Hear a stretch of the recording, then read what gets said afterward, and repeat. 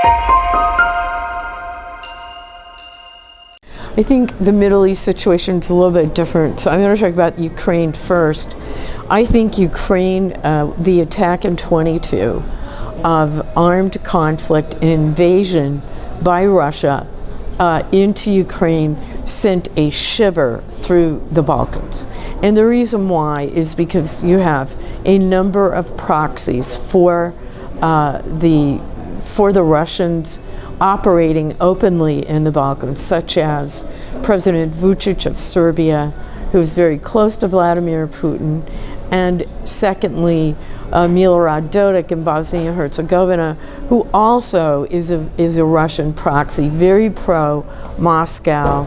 And even further afield, in Zagreb, there is efforts by Dragan Čović and others to play favor with Moscow.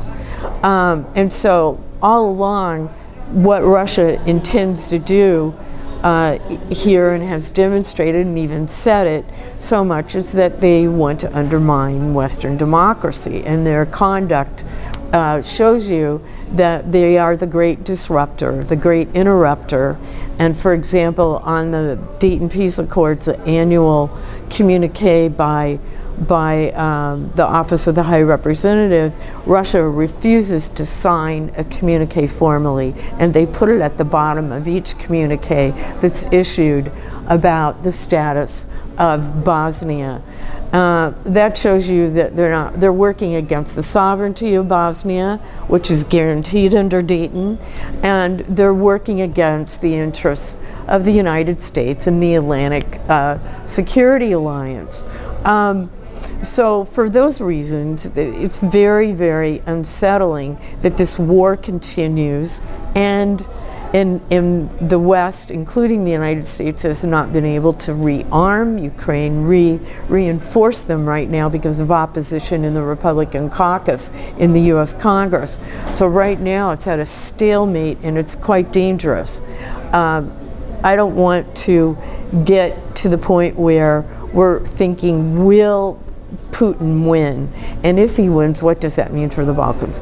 Then, not only has that war been ongoing, but on October 7th, 2023, Hamas attacked Israel, resulting in over 1,200 people dead.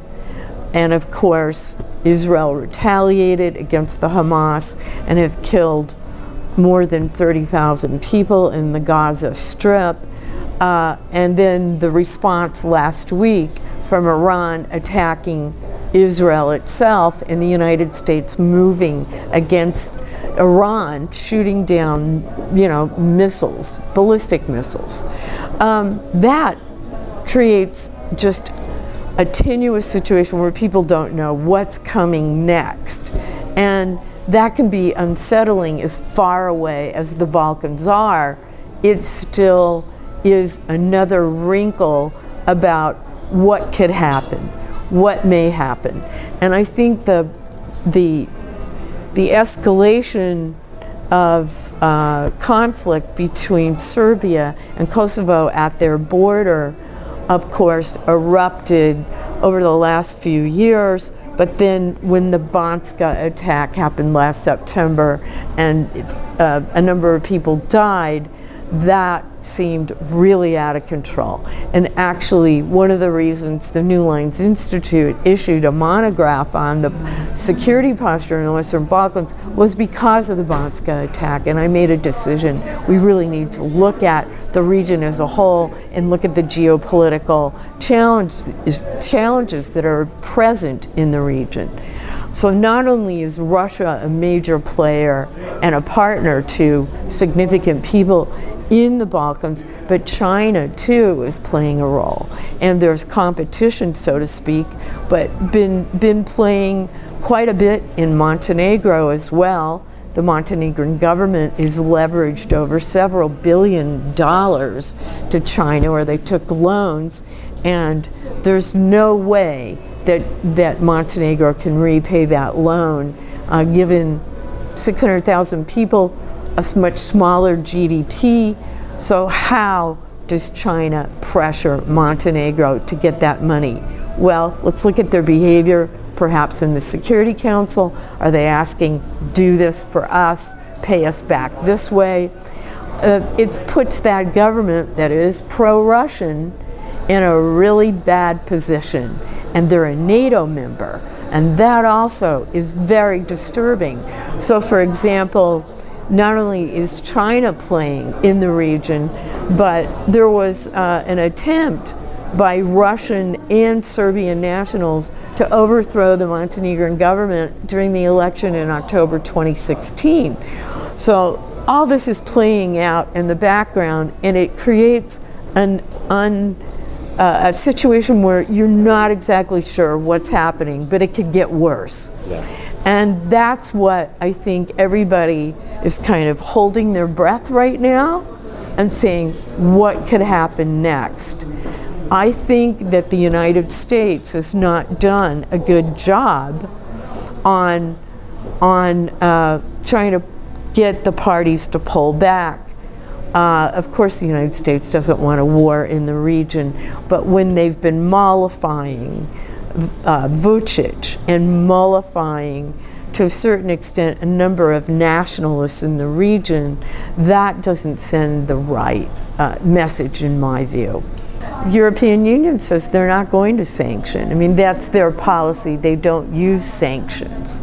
And so I think the European Union has been quite weak. And so because of what I consider short-sighted strategy by the United States is then even underscored by even weaker EU partner. And what you have to say to people like Vučić, who put 8,000 soldiers on Kosovo's border, instead of attacking the prime minister of Kosovo, you should be saying to Mr. Vučić, pull back and pull back now, because we're not going to continue to allow this to play out this way. This is not engaging in democratic practices. This is not showing good faith in your relationship with the United States, and I think it just has not bode well. Now, I want to give Jim O'Brien, who just took over the Europe-Eurasia Bureau in Washington State Department. He was a protege of Richard Holbrooke.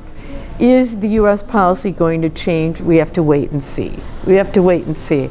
But he gave a speech a couple of months ago at the University of Sarajevo, said a lot of the right things. Okay, how do you follow up on those right things beyond Dayton, the broader region?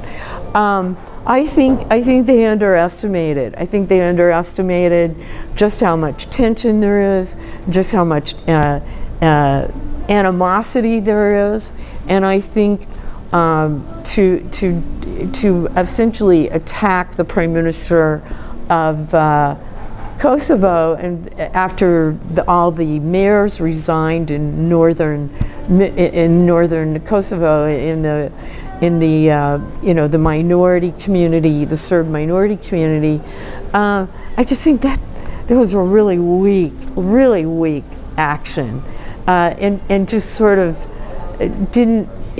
What it did was it caused people to say, what is the United States thinking now? We didn't resign, the Serbian mayors resigned. And then the Prime Minister wanted to get the Albanian mayors to work safely. And that isn't an anti-democratic move. I actually think that made a lot of common sense.